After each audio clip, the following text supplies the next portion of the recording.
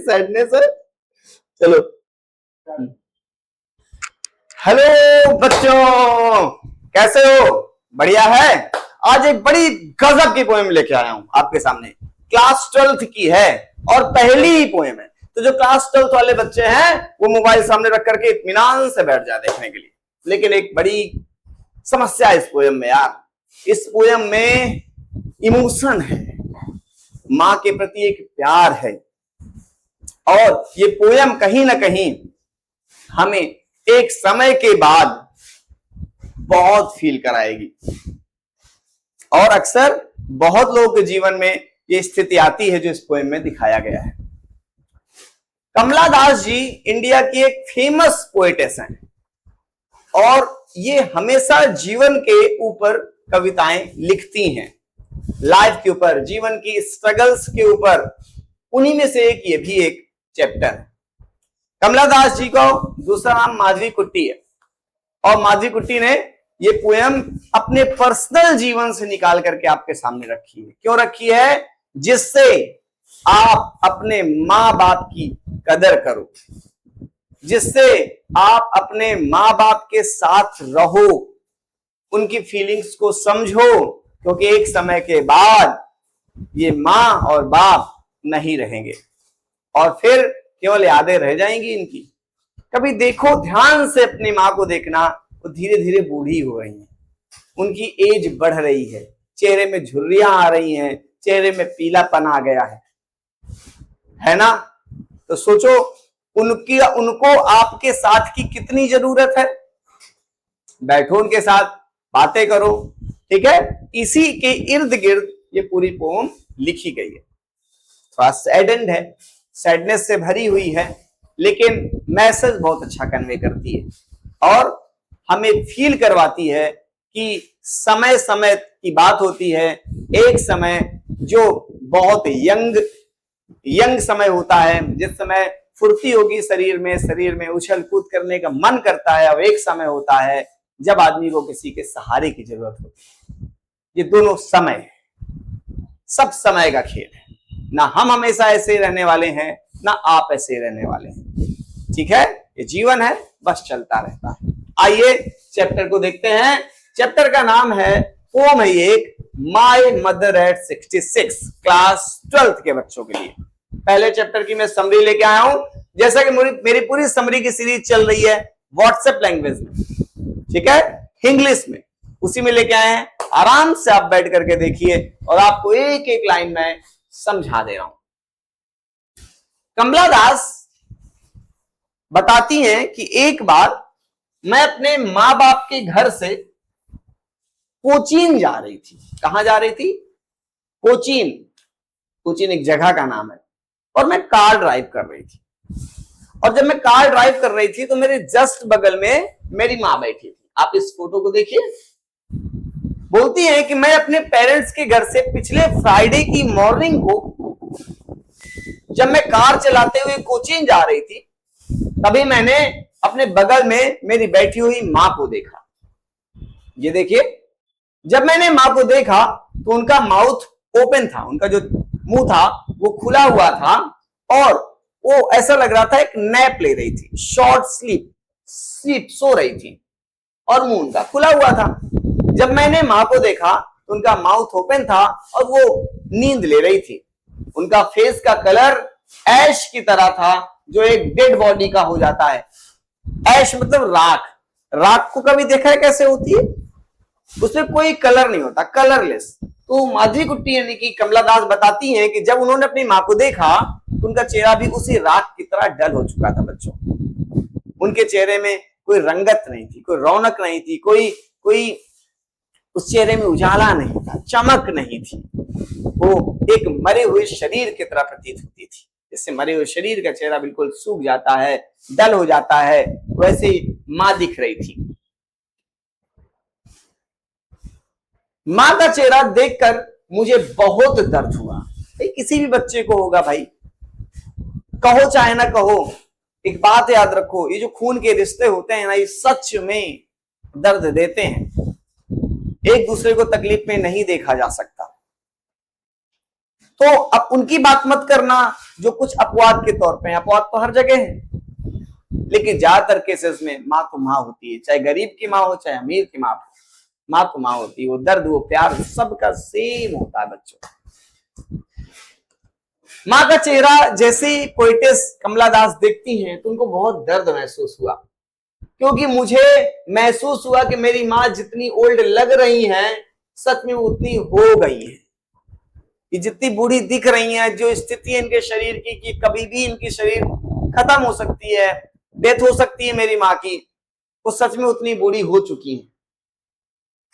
ऐसा लग रहा था कि जैसे माँ का अंत आ गया है, पास आ गया है। बैठी है बगल में, मुंह खोली हुई है, चेहरा बिल्कुल डल हो गया है, चेहरे में कोई किसी प्रकार की जो है रंगत नहीं है, रौनक नहीं है। लेकिन मैंने जल्दी ही, जब मेरे दिमाग में ये ख्याल आया, मुझे डर लगा अंदर से, मुझे घबराहट होने लगी, मैं तुरंत के तुरंत बाहर देखने लगी। लेकिन मैंने जल्दी ही अपने माँ के इस बुढ़े होने के ख्याल को मन से हटा दिया और कार के बाहर देखने लगी। अब जब मैं कार के बाहर देखने लगी तो बताती हैं, मैंने देखा जैसे यंग ट्रीज भाग रहे हैं। ये देखिए, जैसे मैंने देखा, तो जब देखा होगा आपने, जब आप व्हीकल से किसी गाड़ी से तेज स्पीड में जाते हैं तो अगल बगल के जो पेड़ होते हैं वो ऐसा दिखते से भाग रहे हैं, ठीक है।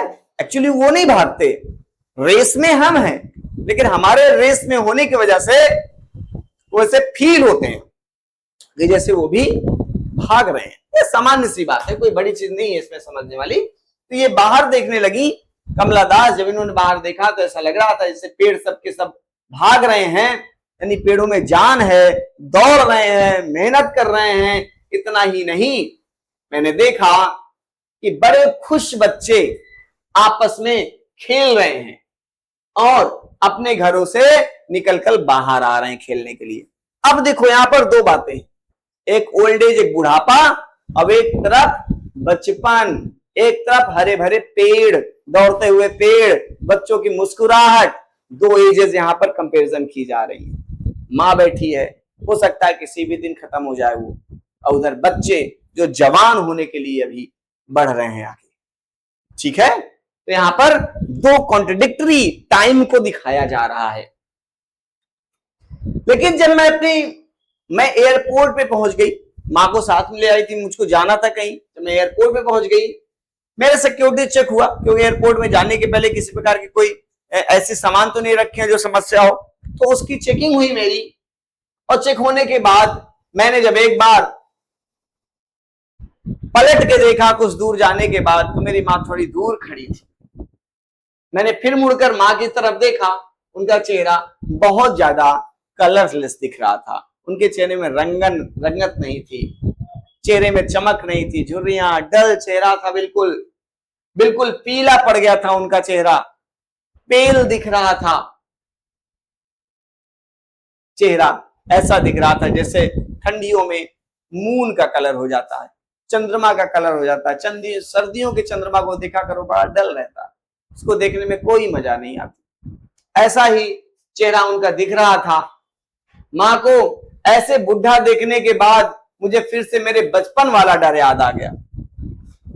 मुझे बचपन वाला डर क्या है, मुझे बचपन में लगता था कहीं माँ मुझसे दूर ना हो जाए, कहीं माँ मेरी, उनको कुछ समस्या ना हो जाए, वो खत्म ना हो जाए। मुझे बचपन में बहुत डर लग रहा था।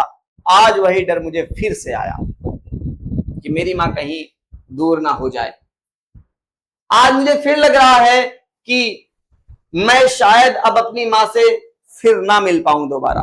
आज जा रही हूं एयरपोर्ट से, शायद दोबारा लौटूं तो मेरी माँ मुझे ना मिले। मैं अपने माँ को बिल्कुल दुखी नहीं देखना चाहती, इसलिए मैंने अपने दुख को अपनी माँ के सामने प्रेजेंट नहीं किया। मैंने अपने आप को खुश दिखाया, नहीं माँ कोई बात नहीं, अपने आप को खुश दिखाया, लेकिन अंदर से डर लग रहा था, वही बचपन वाला डर लग रहा था। माधी कुट्टी बताती है, इसलिए मैंने अपनी माँ को केवल सी यू सून अम्मा बोला, ज्यादा कुछ बोलने को था नहीं। अंदर तो दिल भरा हुआ था, डर लग रहा था। अपनी माँ को कैसे मैंने देखा है जीवन में, एक समय जब जवान थी, आज मैं देख रहा हूं बिल्कुल बुढ़ी हो गई। लग रहा है कल या परसों कब खत्म होगी मेरी माँ। इसलिए मेरे मन में तो बड़ा दर्द था, लेकिन उनके सामने में उसको छलका नहीं रही थी, दिखा नहीं रही थी। मैंने कुछ नहीं बोला, केवल एक शब्द बोला, सी यू सून अम्मा, अम्मा फिर मिलेंगे, ऐसा बोला। मैं बस मुस्कुराई मुस्कुराई और केवल मुस्कुराती रही, माँ को देख के बस मुस्कुराती रही, जो स्माइल पूरी तरीके से झूठी थी, अंदर से डर था, डर था। प्यारे बच्चों, ये जो चैप्टर आपको पढ़ाया गया है ये रियल है, ये एक फीलिंग है बेटी की एक माँ के प्रति, एक बेटे की अपने माँ के प्रति। जब वो बूढ़े हो जाते हैं, उनको आपके सहारे की जरूरत होती है। ये जीवन का स्वभाव है, ये नेचर का, प्रकृति का स्वभाव है। इसमें चीजें बदलती हैं, आती हैं और जाती हैं। आज मैं हूं, कल कोई और यहां खड़ा होगा। आज आप पढ़ रहे हो, कल कोई और पढ़ रहा होगा, और ये जीवन ऐसे ही चलता जाएगा। कोई यहां पर ऐसा नहीं है जो हमेशा हमेशा के लिए रह जाएगा। इसलिए अपने माँ बाप का बहुत ध्यान दो, उनके साथ रहो, बैठो, बोलो, बात करो, उनकी समस्याओं को सुनो। यही इस चैप्टर का मेन मकसद था, क्योंकि एक समय आएगा जब वो खो जाएंगे और फिर ढूंढने पे भी नहीं मिलेंगे। ठीक है, उसके लिए दोबारा जन्म लेना पड़ेगा, तब माँ बाप में।